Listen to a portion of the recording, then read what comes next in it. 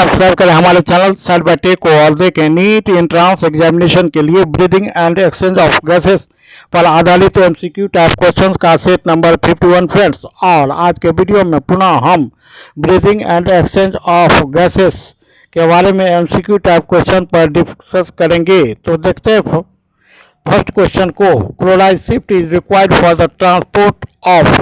Chloride शिफ्ट किसके परिवहन के लिए आवश्यक है? तो यहाँ option number C carbon dioxide के परिवहन के लिए आवश्यक है क्लोराइड शिफ्ट। इसे वन लाइन बनाकर इस प्रकार याद रख सकते हैं, carbon dioxide required chloride shift for their transport.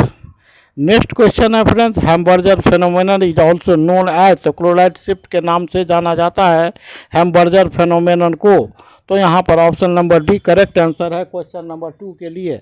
Next है question number 3, after entering RBC chlorine reacts with. RBC में प्रवेश करने के बाद क्लोरीन किससे प्रतिक्रिया करता है फ्रेंड्स? तो यहाँ पर ऑप्शन नंबर ए K+C।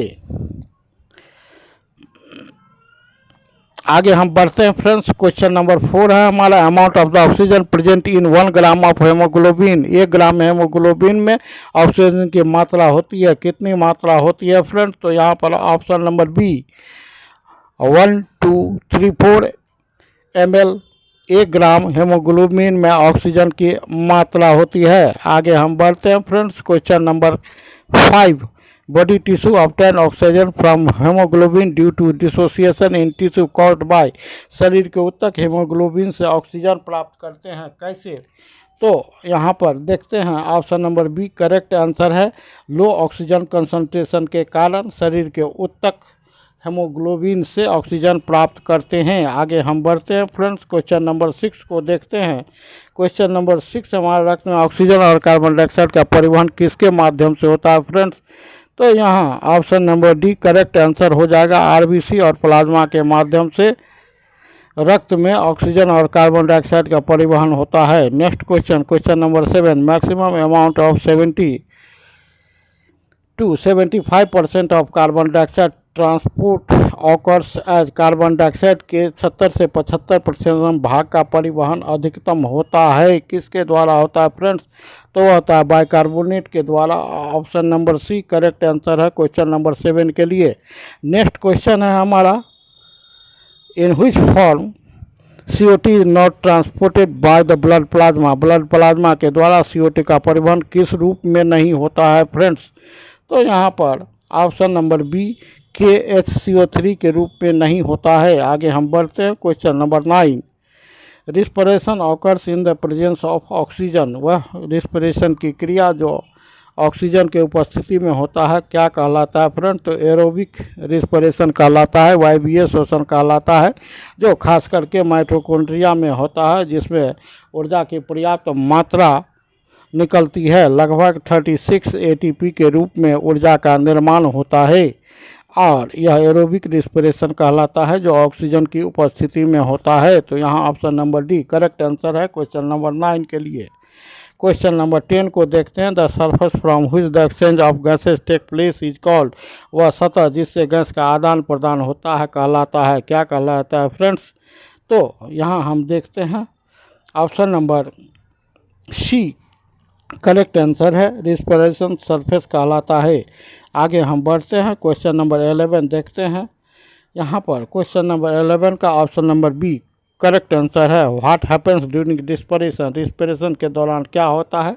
तो O2 का कंजम्पशन होता है, जबकि CO2 का उत्पादन होता है, जो शरीर के बाहर एक्सपायरेशन की क्रिया के दौरान निष्कासित कर दिए जाते हैं। आगे हम बढ़ते हैं। Question number 12, A respiratory surface must be. तो एक श्वसन सतह होनी चाहिए, कैसी होनी चाहिए? थिन होनी चाहिए, मॉइस्ट होनी चाहिए तथा विस्तृत होनी चाहिए। ये चारों के चारों ऑप्शन सही हैं। Option number D correct answer है क्वेश्चन नंबर 12 के लिए।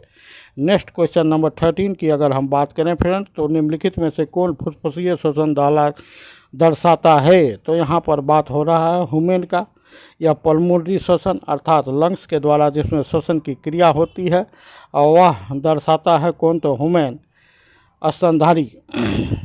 नेक्स्ट, तो क्वेश्चन नंबर यहाँ पर option number D correct answer हो जाएगा क्वेश्चन नंबर 13 के लिए। नेक्स्ट क्वेश्चन है what is called the upper region of the pharynx in man. मनुष्य में ग्रसनी के ऊपरी क्षेत्र को कहा जाता है, क्या कहा जाता है? तो ऑप्शन नंबर बी फेरिंग्स कहा जाता है। आगे हम बढ़ते हैं question number 15 the diameter of human trachea is. तो मनुष्य के ट्रेकिया या श्वास नली का डायमीटर होता है, कितना होता है? तो ऑप्शन नंबर बी 2.5 cm होता है। Length of human trachea is about, मनुष्य के श्वास नली का लेंथ कितना होता है फ्रेंड्स? तो यहाँ पर बात हो रही है ऑप्शन नंबर बी 12 cm के लगभग होती है। Trachea is lined with incomplete rings of hyaline cartilage, option number D correct answer है क्वेश्चन नंबर 17 के लिए। क्वेश्चन नंबर 18 हमारा the trachea is supplied by the cartilaginous rings which are. तो ये सी सेपेड होते हैं, ये छल्लों के द्वारा सहारा दिया जाता है जो सी आकार के होते हैं। नेक्स्ट क्वेश्चन नंबर, और यहाँ option number A correct answer हो जाएगा क्वेश्चन नंबर 18 के लिए। क्वेश्चन नंबर 19 का मनुष्य एवं अन्य स्तनधारी जीवों के गले में उपस्थित श्वसन तंत्र का वह भाग जो बोलने में सहायता करता है कहलाता क्या है? तो लैरिंक्स कहलाता है फ्रेंड्स, स्वर यंत्र कहलाता है। नेक्स्ट क्वेश्चन, और question number 20 sound production in human is control by. मनुष्य में ध्वनि का उत्पादन किसके द्वारा नियंत्रित होता है? तो यहाँ भी लैरिंक्स होगा ऑप्शन नंबर सी। आगे हम बढ़ते हैं next question number 21 vocal cords occur in. तो लैरिंक्स में वोकल कॉर्ड पाए जाते हैं।